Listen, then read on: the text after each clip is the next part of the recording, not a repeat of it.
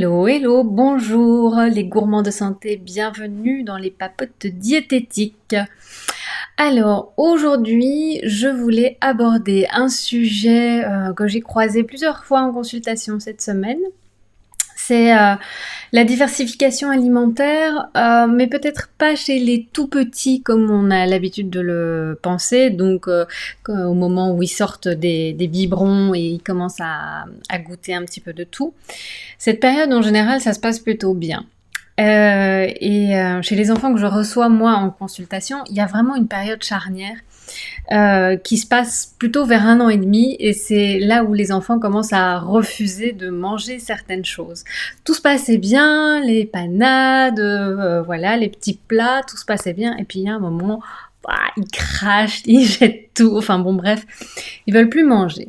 Donc c'est une période un peu plus délicate où il faut éviter de forcer trop les enfants, éviter de rentrer dans une bagarre, dans un rapport de force. Euh, je vais vous en parler un petit peu, mais je vais surtout vous parler de l'après, parce qu'en général, je les vois pas à ce moment-là, encore les enfants, je les vois en consultation quand ils ont 7-8 ans ou plus.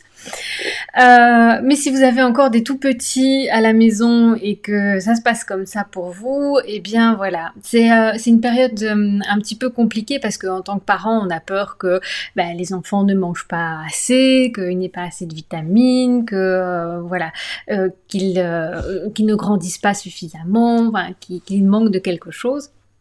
Et puis on a envie de leur donner de bonnes habitudes, donc parfois s'instaure un rapport de force pour faire manger de tout aux tout petits, à ces tout petits d'1 an et demi, 2 ans, où il y a le terrible two qui arrive, et là c'est non, non, non, non, non, c'est non à tout. Eh bien, l'objectif, c'est quand même de pouvoir proposer, parce que c'est peut-être non cette fois-là, surtout avec les enfants, et ça vaut pour plus tard aussi. Le non j'aime pas, ça veut dire non j'aime pas à ce moment-là précis. Mais peut-être que demain j'aime. Donc voilà, il n'y a pas encore de notion de temporalité vraiment chez ces tout petits, et donc c'est important de pas se braquer en tant que parent et de dire oui, c'est fini, je lui fais plus jamais des épinards, ou je lui fais plus jamais de potimarron, il aime pas ça. Il y a des phases aussi, donc c'est vraiment des conseils que vous avez peut-être déjà entendus, mais de pouvoir proposer et reproposer, et peut-être laisser passer un laps de temps et reproposer plus tard, quelques semaines après. Ça peut être aussi proposer l'aliment sous différentes formes, texture, cuisson, pour éventuellement surprendre l'enfant et puis que ça lui plaise. Mais il y a une certaine catégorie d'enfants chez qui, même avec ces conseils-là, ça passe pas. Je vous en parle en connaissance de cause, j'ai un exemplaire à la maison. J'ai pas suivi forcément tous ces bons conseils au moment même, mais voilà, le conseil que je vous donne aujourd'hui, c'est que vous inquiétez pas, on peut rattraper le coup après, c'est pas grave. Si vous faites tout bien au moment où il le faut, c'est encore mieux, mais sinon, vous inquiétez pas, c'est rattrapable par la suite. Donc, il y a des enfants qui sont vraiment plus sensibles aux textures, aux goûts et aux odeurs. Ça porte un nom en anglais, c'est AFRID, donc c'est l'évitement pour des causes de peur en fait. Ça s'apparente presque à de la phobie alimentaire. Chez certains enfants, ça va jusque-là.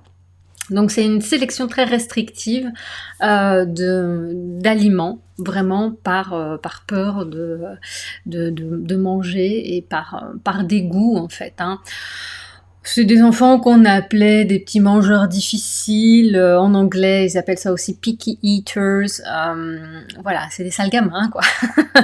Mais il peut y avoir des bonnes raisons à ça. Et vraiment, j'ai rencontré aussi des adultes qui gardent ces hypersensibilités-là encore, voilà, très tard, mais ça peut être un petit peu désensibilisé. Mais plus on va forcer les enfants à manger, et plus ça va se passer sous la contrainte et sous la peur, et plus ça va perdurer à l'âge adulte. Et d'ailleurs, les patients que j'ai à l'âge adulte et qui ont ces problèmes-là, c'est que dans l'enfance, les repas se sont vraiment très très mal passés. Donc comment on accompagne ces enfants à être un petit peu plus en sécurité avec l'alimentation? C'est long, c'est fastidieux et c'est un travail de tous les jours et du quotidien. Mais c'est en fait de les mettre beaucoup en sécurité face à l'alimentation parce qu'en fait ça leur fait peur, ça les stimule beaucoup trop. Euh, alors, il y a un travail avec des logopèdes qui peuvent être faits. C'est pas hyper courant encore en Belgique. Je sais que ça se fait un petit peu. En France, ça se fait aussi. Au Canada et aux États-Unis, ça se fait beaucoup. Et alors là, c'est toutes des séances d'habituation au niveau de la bouche et au niveau des odeurs et au niveau du toucher. Mais des choses que vous pouvez déjà faire aussi ensemble à la maison. C'est déjà de voir la première étape, c'est demander à ce que votre enfant accepte l'aliment dans l'assiette, sans devoir le manger. Ça, c'est vraiment une première étape. S'il est déjà OK pour avoir les aliments dans l'assiette, c'est super. Moi, j'ai eu vraiment la cata totale. Mon fils, il refusait d'avoir certains aliments dans l'assiette. Il refusait de manger toute l'assiette, quoi, hein. C'était catégorique et il en avait rien à faire. S'il mangeait pas, il mangeait pas, hein, et ça pouvait durer plusieurs jours. Donc, il y a des pédiatres qui me disent « Ouais, ne vous inquiétez pas, de toute façon, il va pas se laisser mourir de faim. » Oui, mais bon, quand on a des petites têtes de mule à la maison, vous pouvez voir, ça peut aller assez loin. Et puis l'inconvénient, c'est que s'il mange pas le repas, bah, il se rattrape pour goûter. Et là, on a des aliments qui sont plus sucrés, qui sont moins nutritifs. Et donc, ça peut être embêtant d'avoir un enfant qui se nourrit quasi exclusivement, genre au petit déjeuner et goûter avec du pain et des choses qui sont un peu sucrées. Donc l'objectif c'est quand même de les faire manger au repas, mais de les mettre en sécurité. Donc mettre les aliments dans son assiette dans un premier temps, voilà, mettre de tout et faire en sorte qu'il puisse accepter que tous les aliments se trouvent dans son assiette à lui, même s'il n'y touche pas et qu'il ne mange pas. La deuxième étape, en fonction du degré du niveau, c'est de voir que les aliments puissent toucher les aliments qu'il aime bien et qu'il va manger, ça aussi, hein, c'est la grande catastrophe en général quand ça a touché, mon Dieu. Donc c'est de vraiment le mettre en sécurité, d'avancer étape par étape et d'avoir un petit peu de souplesse et de flexibilité dans son comportement aussi. La troisième étape, ça va être de pouvoir porter l'aliment suffisamment prêt pour sentir, donc toujours sans le manger. La quatrième étape, ça va être de pouvoir faire un bisou à l'aliment, par exemple, donc vraiment le rapporter près de la bouche, toujours, sans le manger. Et puis après, quand ces étapes-là, elles sont acquises, que tout va bien, qu'il n'y a plus de crainte, là, on peut commencer à déguster. Mais alors la dégustation, ça se fait dans les quantités, c'est l'ongle du petit doigt ou la moitié vraiment, la taille d'un petit pois, quoi. Et donc, on laisse l'enfant prendre cette quantité-là et mettre en bouche et lui laisser la possibilité de cracher. Et là, c'est super important aussi. L'objectif, c'est vraiment de désensibiliser cette peur, cette phobie peut-être, et de l'amener vraiment à être en sécurité et en confiance et à découvrir, à avoir de la curiosité, à découvrir des nouveaux aliments. Et donc, ça passe par la possibilité de recracher s'il n'aime pas. Donc, il n'est vraiment pas obligé de manger et d'avaler, mais il peut éventuellement aussi recracher. Vous mettez les conditions, la façon de le faire pour que ce soit poli et que ça ne dérange pas le reste de la table. Et ça, même s'il aime l'aliment. Alors, s'il a fait l'effort de goûter, qu'il a avalé, qu'il a trouvé ça bon, c'est pas pour autant qu'il va être obligé de manger une grosse portion. Vous pouvez lui proposer et il peut refuser. Tout ça va créer un climat de confiance et ce sont des étapes qui se font, qui sont vraiment plutôt longues, hein, et c'est pas en un claquement de doigts que ça se passe, mais c'est vraiment sur plusieurs mois, voire sur plusieurs années quand la situation est vraiment très compliquée. Et ce que je conseille aussi, généralement, chez les plus grands, hein, chez les 6, enfin 5, 6, 7, 8 ans, c'est de diversifier avec des aliments qu'ils aiment et même avec des aliments un peu cracra, quoi, avec des bonbons, avec des chips, que ce soit une autre marque, une autre forme, de faire en sorte qu'ils puissent accepter d'élargir en fait leur panel d'aliments, même si au départ ce ne sont pas des aliments sains et que vous considérez comme bons pour la santé. Au moins, voilà, on va éveiller cette curiosité à goûter d'autres choses et à découvrir d'autres aliments en se disant ah bah tiens, peut-être que ça je vais aimer aussi, et ça vaut la peine de goûter.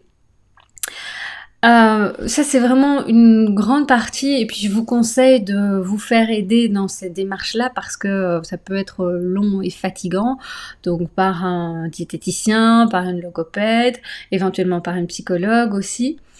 Euh, et puis l'autre partie, c'est la façon dont on présente les aliments, parce que on ne peut aimer que ce qu'on connaît, et ce qu'on ne connaît pas fait très peur.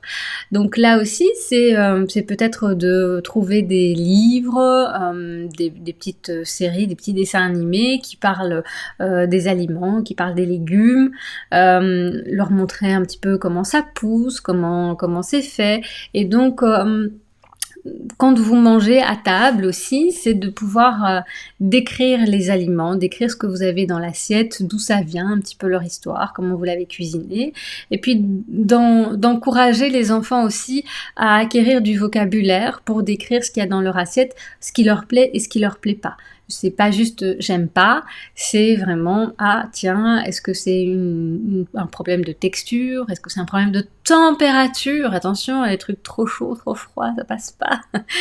Est-ce que c'est un problème de goût, d'odeur, de couleur, voilà, donc et puis vous pouvez aller en fonction de l'âge de l'enfant aussi faire évoluer ce vocabulaire et l'enrichir au fur et à mesure pour avoir vraiment vous aussi des informations sur ce qui dérange l'enfant et sur ce qui est aussi beaucoup plus acceptable et ce qu'il aime. Donc ça fait évoluer les choses aussi et ça facilite les choses dans la préparation des repas. Et donc c'est vraiment de faire en sorte que l'aliment il soit le plus connu possible, le plus familier. Donc c'est en parler, lui montrer comment ça pousse, comment c'est fabriqué, d'où ça vient, pour voilà, diminuer le niveau de peur aussi, pour être plus familier avec cet aliment. Et l'objectif, bien sûr, c'est de pouvoir faire les mêmes repas pour toute la famille. Alors, c'est pas toujours possible. C'est, on va dire un peu, pour des enfants comme ça, c'est le Graal, quoi, hein, de la famille. Moi, je sais que je privilégie quand même des repas où je sais que voilà, il va y avoir certaines choses que mon fils va pouvoir manger. C'est plus compliqué quand on fait un repas tout en un, où tout est mélangé avec la sauce, ou voilà, parce que il va pas pouvoir piocher dans différentes choses qu'il aime. Donc on a plusieurs légumes, on a tous les féculents quasi, toutes les viandes, ça c'est déjà facile. On a plusieurs fruits, on a plusieurs préparations. Mais donc voilà, on essaye de voir quand on prépare à manger, quand on prépare un repas qui est tout mélangé, on dit tiens, on va peut-être garder des choses sur le côté pour que lui puisse piocher et puisse trouver aussi des choses qu'il aime, parce que pour moi c'est vraiment très important qu'il puisse avoir des repas des repas principaux qui lui plaisent et qui lui fournissent les aliments, les nutriments dont il a besoin, plutôt que de se ruer, parce que moi j'ai un spécialiste à la maison qui se rue sinon sur les collations et les petits déjeuners qui peuvent être assez gargantuesques. Donc c'est un travail de longue haleine, mais c'est vraiment super chouette aussi comme boulot à faire. Vous pouvez vous aider de différentes ressources. Alors, un livre qui m'avait beaucoup aidé, mais qui est en anglais, c'était Happy Meals Times with Happy Kids. Donc là, c'est assez technique aussi, et Ça a été écrit par une thérapeute américaine qui a l'habitude d'aider des enfants avec des déficiences mentales aussi, hein, et donc avec des difficultés vraiment pour manger. Très très intéressant, c'est assez facile à lire quand même, hein, c'est pas écrit trop gros. Le livre est pas trop épais. Donc c'est pas tout jeune comme livre, je pense que vous pouvez encore le trouver. Elle a un site, Mélanie Potok, qui s'appelle My Munchbug. Là, vous pouvez trouver aussi plein d'infos sympas. Pour habituer les enfants et pour leur parler d'aliments, il y a un site que j'aime aussi beaucoup qui s'appelle À la table des enfants. Et alors là, ils proposent plein de jeux, des coloriages, des petites recettes à faire avec eux, des petits quiz. Vraiment plein de choses sympas, des infos sur les aliments, sur la nutrition. Oui, c'est une chose aussi dont je voulais vous parler. Donc, quand on parle de nutrition aux enfants, et donc forcément, quand on a des enfants qui ne mangent pas de tout, souvent ils arrivent et ils aiment beaucoup les aliments qui sont les plus palatables, mais donc les moins nutritifs et les plus caloriques et les moins bons pour la santé, ce qu'on dirait. Chez eux, il faut vraiment éviter de mettre en avant cette dichotomie et avec les enfants, je parle beaucoup voilà, d'une catégorie d'aliments dans lesquels on va trouver plein de choses pour les faire grandir et qui restent en bonne santé. Donc il y a les fruits, il y a les légumes, il y a les céréales complètes, il y a la viande, le poisson, les yaourts, le lait, enfin bon, bref. Voilà, tous les aliments un petit peu plus bruts, et je leur explique que dans ces aliments-là, ils vont trouver des choses pour les faire bien grandir, pour bien faire fonctionner le cerveau, pour être en pleine forme pour jouer avec les copains, pour faire le sport qu'ils aiment, les activités qu'ils aiment. Donc voilà, je mets des arguments pour faire les choses qu'ils aiment et bien grandir. Pour avoir des os solides, des bons muscles, des belles dents, des beaux cheveux. Et voilà. Et donc ça, c'est important de les avoir dans l'alimentation le plus souvent possible pour bien se porter. Et puis on a des aliments aussi qui sont très très bons et qui font vraiment très plaisir, comme des bonbons, du chocolat, mais même aussi les hamburgers ou les hot dogs. Et dans ces aliments-là, on trouve moins de choses pour bien grandir et être en bonne santé. Alors, si on met ces aliments-là et qu'ils prennent toute la place dans notre alimentation, on n'a plus la place, on n'a plus assez faim pour manger les bonnes choses qui nous font bien grandir et qui nous aident. Et donc, je leur explique que, voilà, on met de préférence en premier les aliments qui nous font du bien pour la santé, et puis pour faire toutes les activités. Et puis, dans un deuxième temps, on peut laisser des petites places aussi, de temps en temps, c'est une question de fréquence et de quantité, pour les aliments qui nous font plaisir, et c'est très important de les avoir aussi dans l'alimentation. Voilà, de pas rentrer dans ces discours où si tu manges trop de biscuits, si tu manges trop de chips, si tu manges trop de chocolat, tu vas être gros, tu vas être malade, voilà. Il y a une des choses avec les enfants aussi, c'est le transit, et là souvent chez les enfants qui mangent pas de tout, on peut avoir souvent des constipations, et quand ils arrivent à manger un petit peu plus, que ce soit des soupes ou des purées, enfin voilà, ce qu'ils acceptent de manger en termes de légumes, ils voient que le transit s'améliore. Ils me disent, tu vois, pour pas avoir mal, c'est bien de manger tous les jours des légumes et des fruits, voilà, sous la forme qui est acceptable pour eux. Mais vraiment aller plutôt dans le discours du côté des bénéfices à bien manger, plutôt que de leur faire peur, parce que ça fonctionne jamais en fait. Vraiment les remettre en confiance, les encourager beaucoup, aller du côté des choses ludiques. Alors, vous inquiétez pas, c'est pas possible tous les jours. On est parents, on a des boulots, on est fatigué, on n'a pas toujours la patience.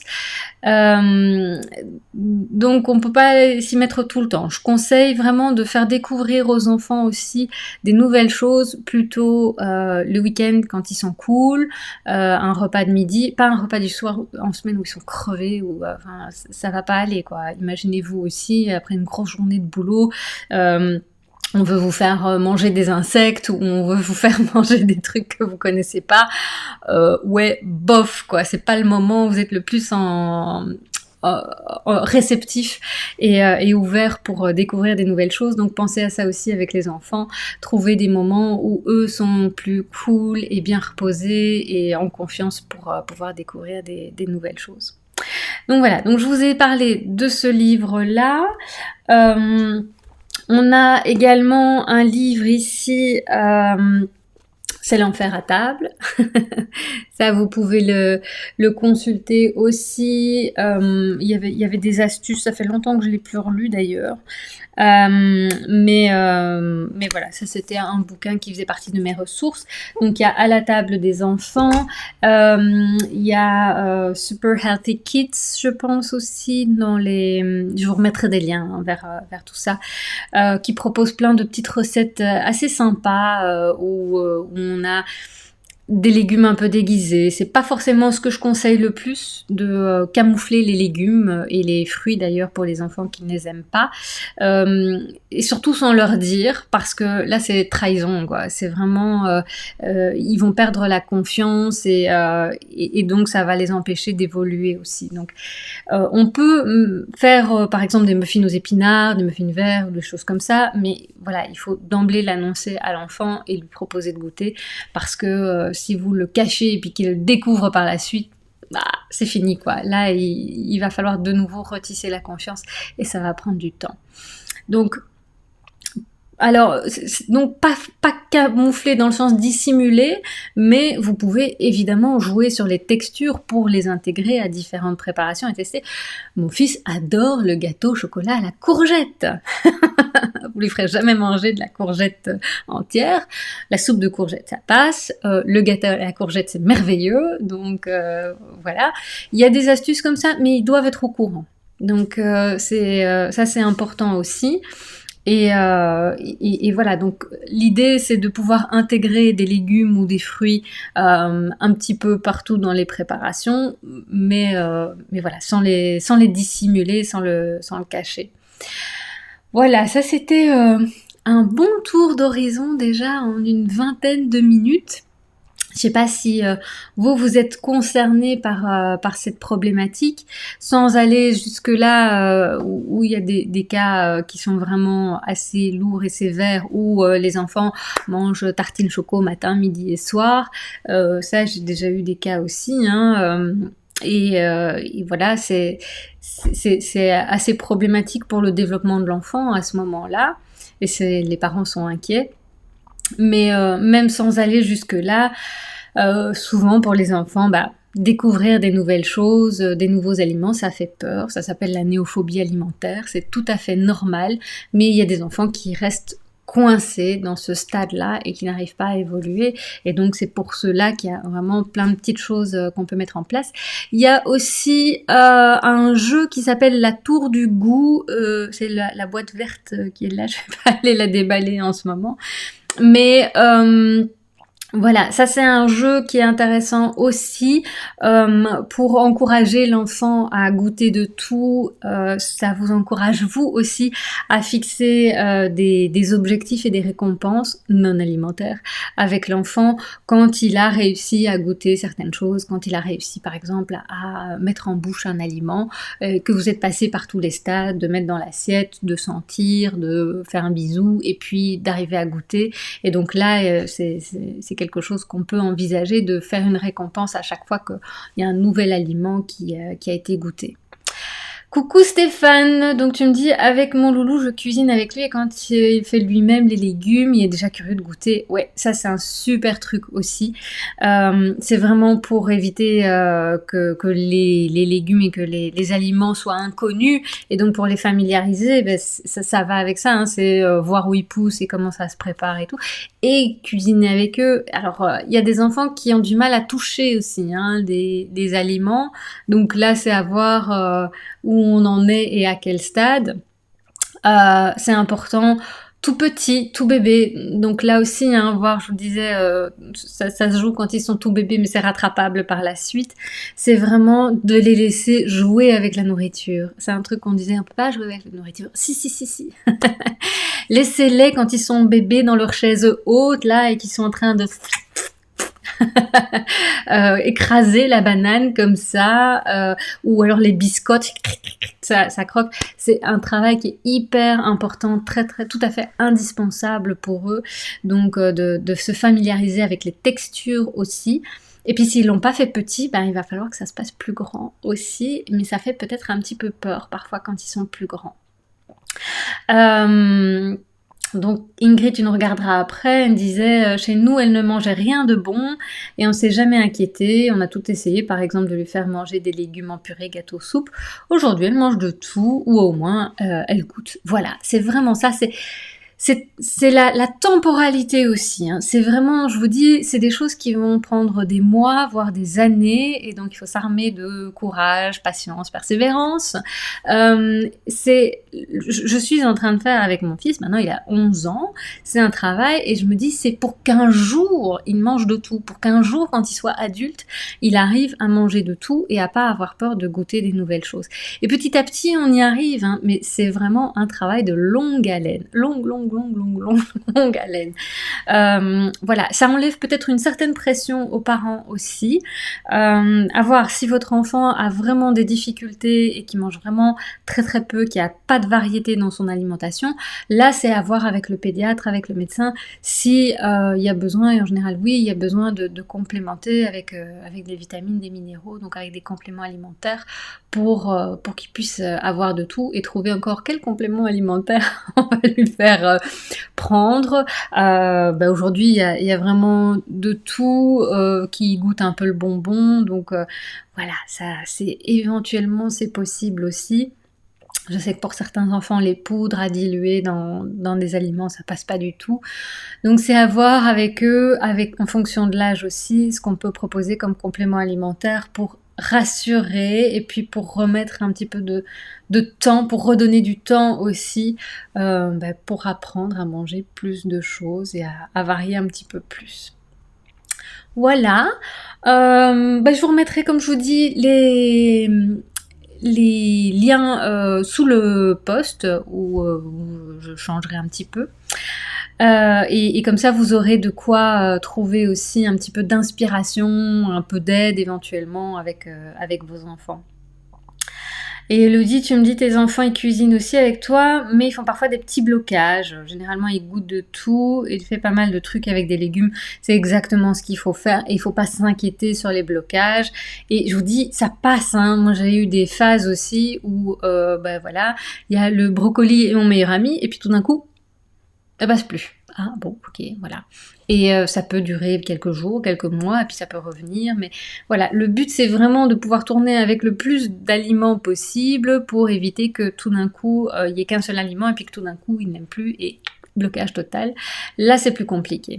Mais voilà, donc c'est intéressant aussi de pouvoir faire des rotations et de pas se braquer quand c'est non. Et chez les tout petits, parfois non, j'aime pas, c'est trop chaud quoi. Et ils ne comprennent pas encore quand ils sont tout petits que ça va refroidir. Donc il suffit de tiédir parfois les aliments pour que ça passe, hein, chez les tout petits. Et donc ne vous inquiétez pas pour ces notions-là. Et non, j'aime pas chez les tout petits, ça peut être non, j'aime pas aujourd'hui, mais peut-être que j'aimerais demain, hein. Donc vraiment, n'hésitez pas à réessayer. Chez les plus grands, ça fonctionne moins bien, mais chez les tout petits, c'est non, j'aime pas, c'est peut-être j'ai pas envie aujourd'hui aussi, hein.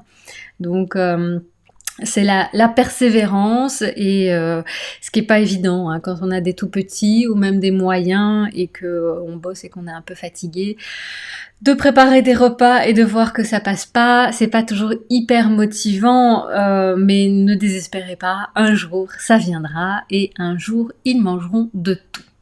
Sur ce, je vous souhaite un bon appétit. N'hésitez pas, si vous regardez la vidéo en replay ou sur YouTube, à mettre des commentaires ou à poser vos questions dans les commentaires. J'y répondrai avec grand plaisir. Et voilà, donc nous on se retrouve la semaine prochaine à la même heure et bon appétit. Ciao, ciao à tous.